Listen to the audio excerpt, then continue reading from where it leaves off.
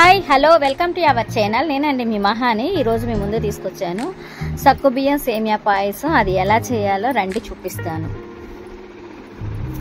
ఇక్కడ ఒక బౌల్ తీసుకుందామండి. నేను లీటర్ వాటర్ తీసుకున్నాను. నాకు లీటర్ వాటర్ సరిపోతాయి. ఒకవేళ ఎక్కువ కావాలి అంటే అది ఆప్షన్ అండి. ఒక కప్పు సగ్గుబియ్యం అండి నాకు సరిపోతాయి ఇవి. అలానే ఒక పక్కన పాలు పెట్టుకుందాము.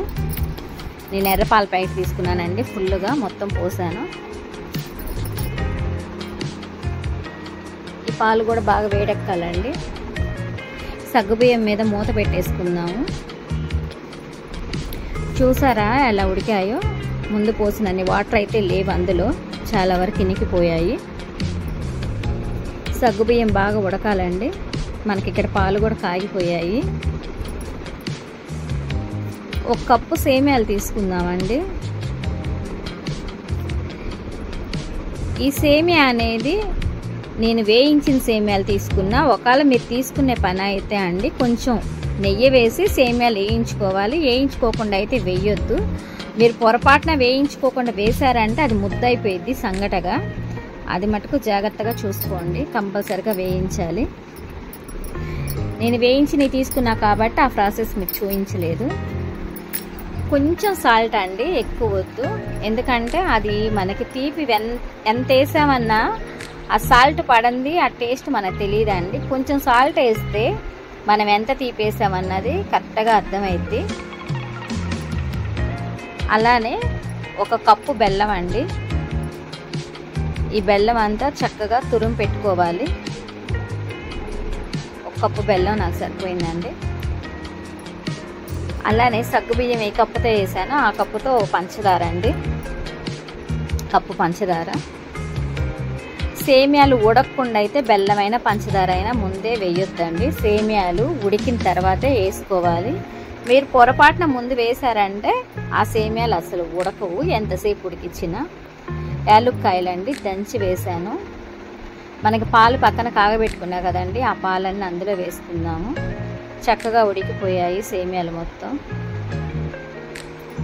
నాకు ప్యాకెట్ పాలు పట్టినాయండి. పక్కన కొంచెం నెయ్యి వేడి చేసుకుందాము.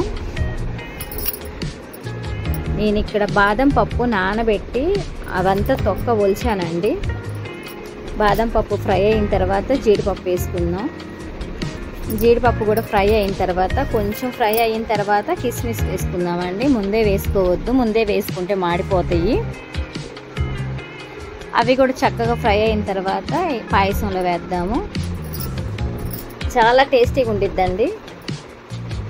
ఎందుకంటే మనకి పాలు ఎక్కువగా ఉన్నాయి, అందులో చాలా చిక్కగా ఉంటుంది కాబట్టి టేస్ట్గా ఉండిద్ది. ట్రై చేయండి ఇప్పుడు ట్రై చేయకపోతే. ఇదంతా సేమియాలో వేసుకుందామండి. మనం పాలు పోసిన తర్వాత సేమియా ఎక్కువసేపు ఉంచకూడదు. స్టవ్ ఆఫ్ చేసుకోవాలి. ఎందుకంటే మనకు కాగినయే కాబట్టి. చూసారా ఎంత బాగుందో చూడడానికి కూడా. తింటే ఇంకా టేస్ట్గా ఉందండి. ట్రై చేయండి. ఫైనల్ లుక్ అయితే ఇదండి. మా వీడియో ఎలా అనిపించిందో మీరు ట్రై చేసి మాకు చెప్పండి.